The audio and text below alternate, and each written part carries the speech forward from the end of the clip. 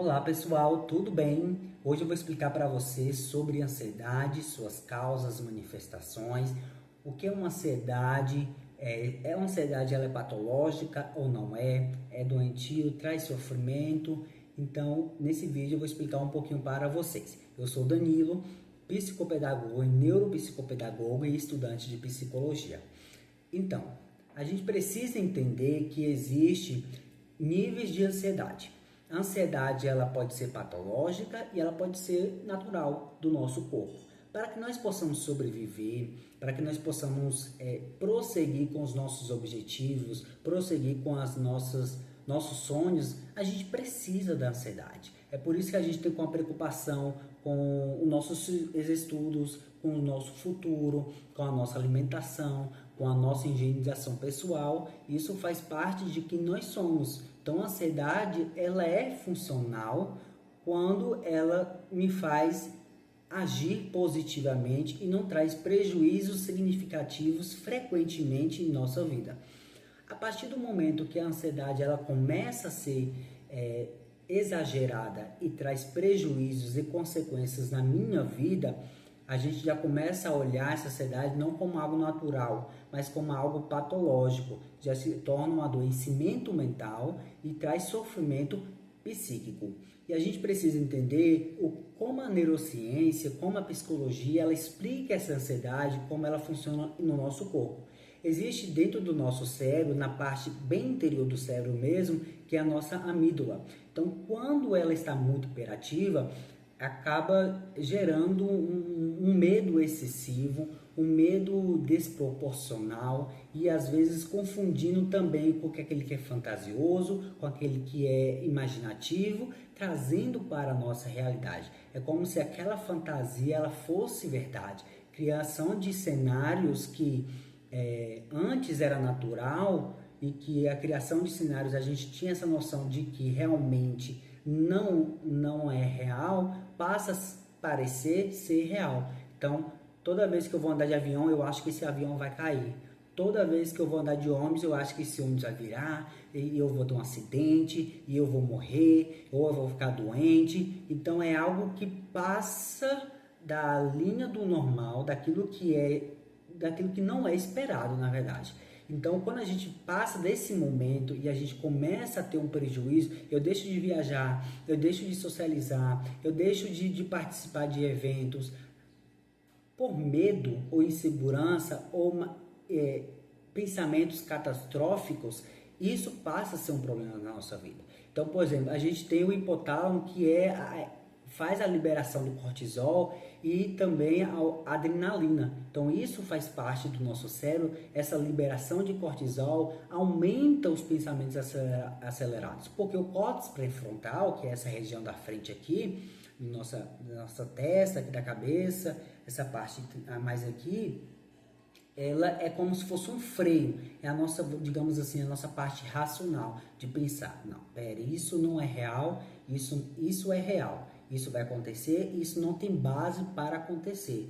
Pode até ser uma possibilidade, mas isso não quer dizer que vai acontecer. E associado a isso, ao nosso hipocampo, que a gente tem memórias e essas memórias acabam intensificando e sendo distorcidas. Então, o pré-frontal, que é a parte racional, ela funciona como um freio e para a gente imaginar que essas coisas não vão acontecer. Tá, veio esse pensamento aqui, mas ele não é real. Então, é só um medo fora daquilo que eu estou imaginando. É algo que não tem base, fundamentos para acontecer. Um avião ele pode cair? Pode, a gente sabe que é possibilidades. Mas um dos meios mais seguros de transporte é um avião. E a gente pode pensar, não, vai cair, eu não vou conseguir viajar, eu não vou conseguir ir para o trabalho, enfim. Então, essa parte do freio que a gente tem no pré-frontal, ela não funciona como deveria.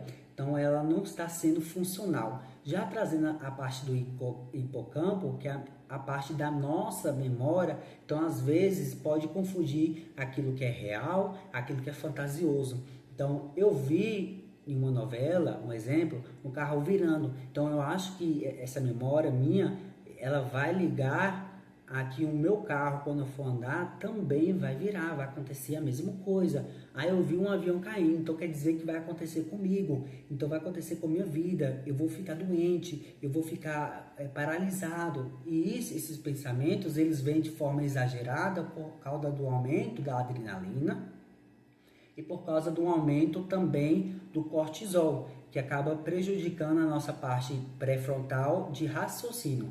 Então a gente vai ter alguns neurotransmissores, como por exemplo a serotonina, que ela regula o nosso humor, regula o nosso bem-estar. Então, quando ela está desequilibrada, esse bem-estar, esse humor, ele tem variações e instabilidade.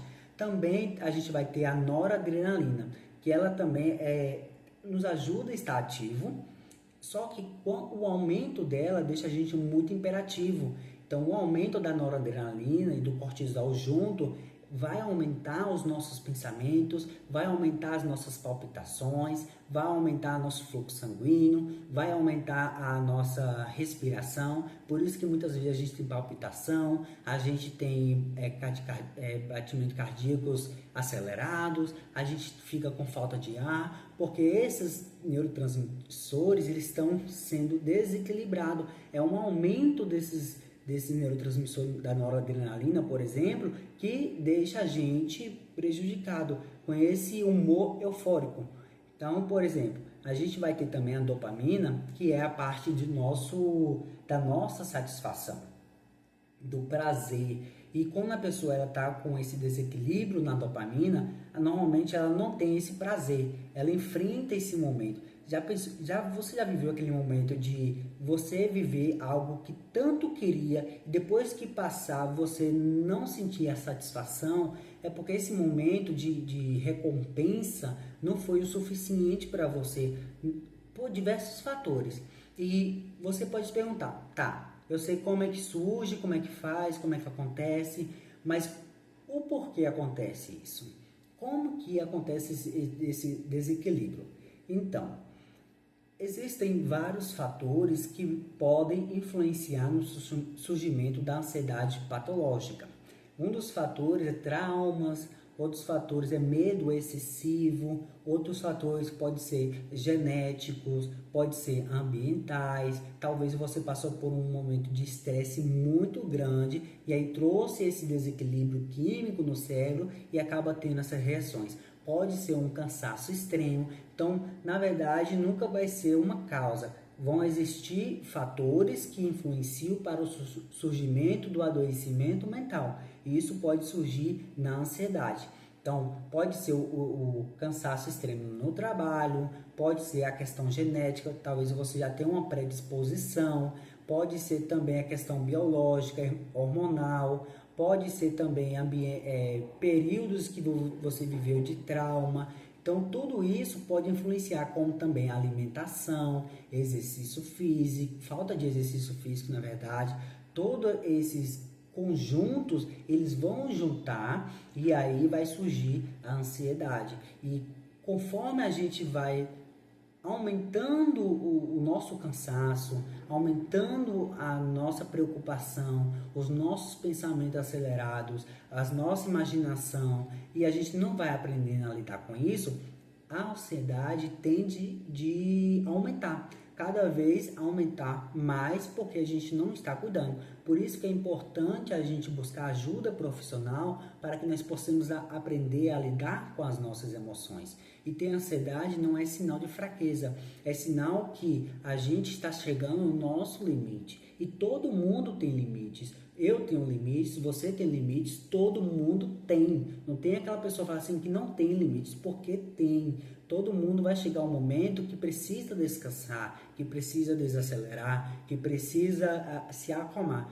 Então não é sinal de fraqueza, não é falta de Deus, não é falta de fé, porque a ansiedade é algo explicado pela neurociência, como eu expliquei para vocês, é um desequilíbrio químico que tem no nosso cérebro, que acaba liberando mais ou menos neurotransmissores e trazendo esses prejuízos no nosso dia a dia, no nosso corpo, porque muitas pessoas vivem de ansiedade, tem mancha no corpo, tem dores no corpo, tem dores de cabeças fortes, e aí às vezes vai tentar uma fuga para alimentação, outros usam a fuga para exercício físico, que por um lado é bom, mas dependendo da intensidade não vai ser bom. Outras pessoas vão para bebidas, outras pessoas vão para as drogas ilícitas, outras pessoas vão para alimentação ou reduz a alimentação.